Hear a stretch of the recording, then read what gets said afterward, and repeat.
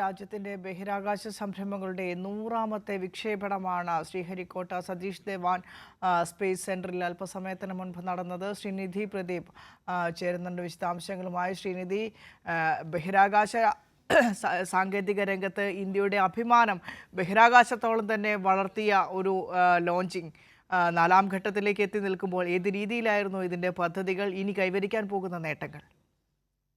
നിഷ, രാജ്യത്തെ സംബന്ധിച്ചിടത്തോളം ISROയെ സംബന്ധിച്ചിടത്തോളം ഒരു ചരിത്ര നേട്ടം, നമുക്ക് സെഞ്ചുറി എന്ന് പറയാൻ പറ്റുന്ന ഒരു അഭിമാനകരമായ നേട്ടത്തിലൂടെയാണ് ഈ നിമിഷം നമ്മൾ കടന്നു പോകുന്നത്.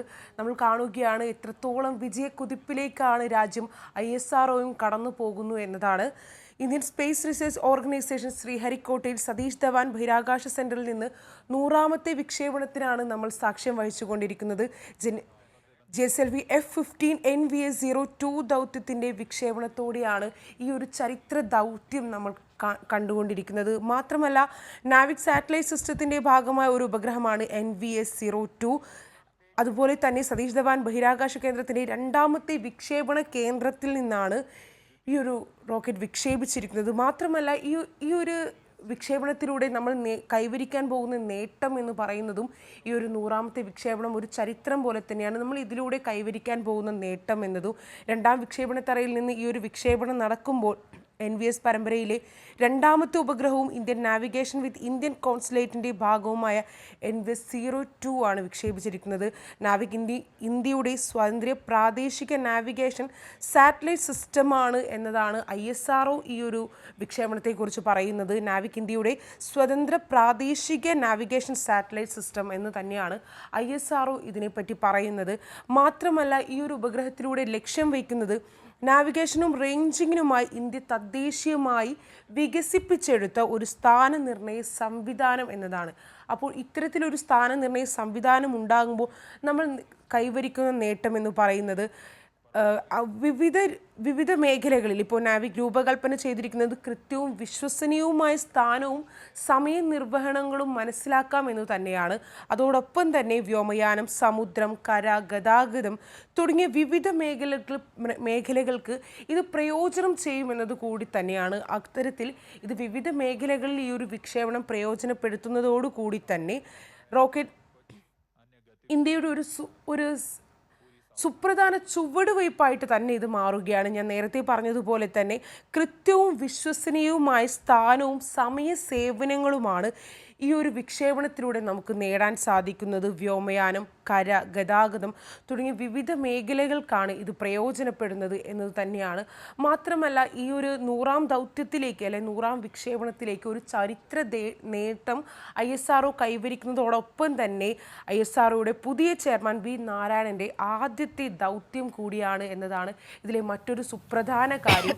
ജനുവരി 13-നാണ് അദ്ദേഹം ISROയുടെ ഇപ്പോഴത്തെ ചെയർമാൻ V നാരായണൻ ചുമതലയിലേക്ക് വരുന്നത്. അപ്പോൾ അദ്ദേഹത്തെ സംബന്ധിച്ചിടത്തോളം ISROയെ സംബന്ധിച്ചിടത്തോളം ഇതൊരു ചരിത്രം നേട്ടം തന്നെയാണ്.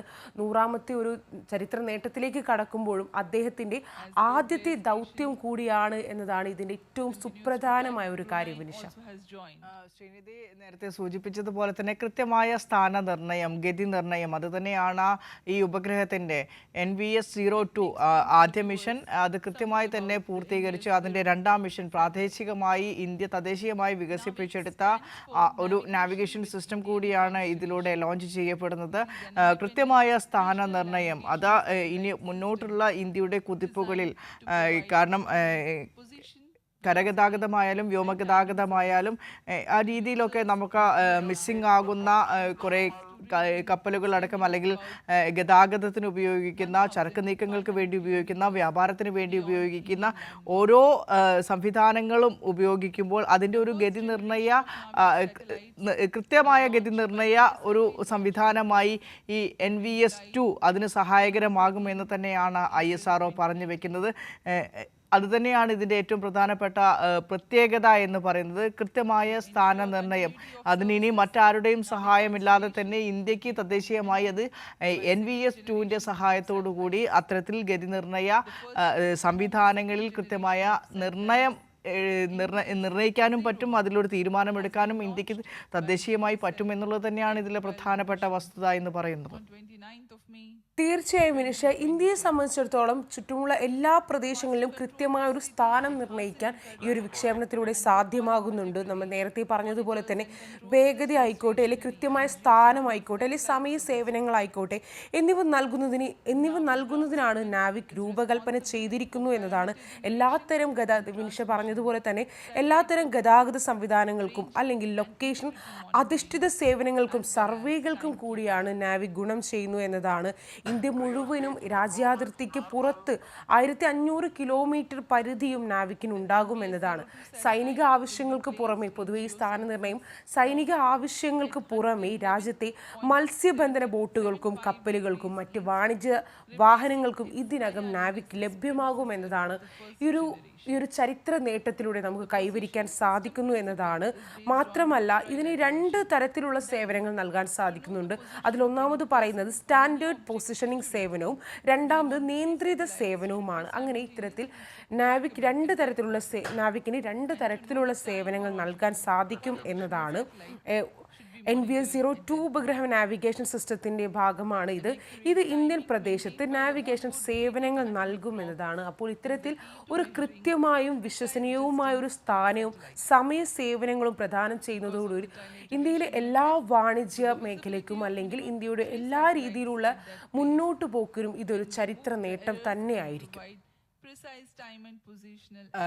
ശ്രീനിധി, ഈ ഉപഗ്രഹത്തിന്റെ പ്രത്യേകതകളെ കുറിച്ച് പറയുമ്പോൾ കൃത്യമായി എടുത്ത് പറയേണ്ട ഒരു കാര്യം തന്നെയാണ് ക്രയോജനിക് എഞ്ചിൻ.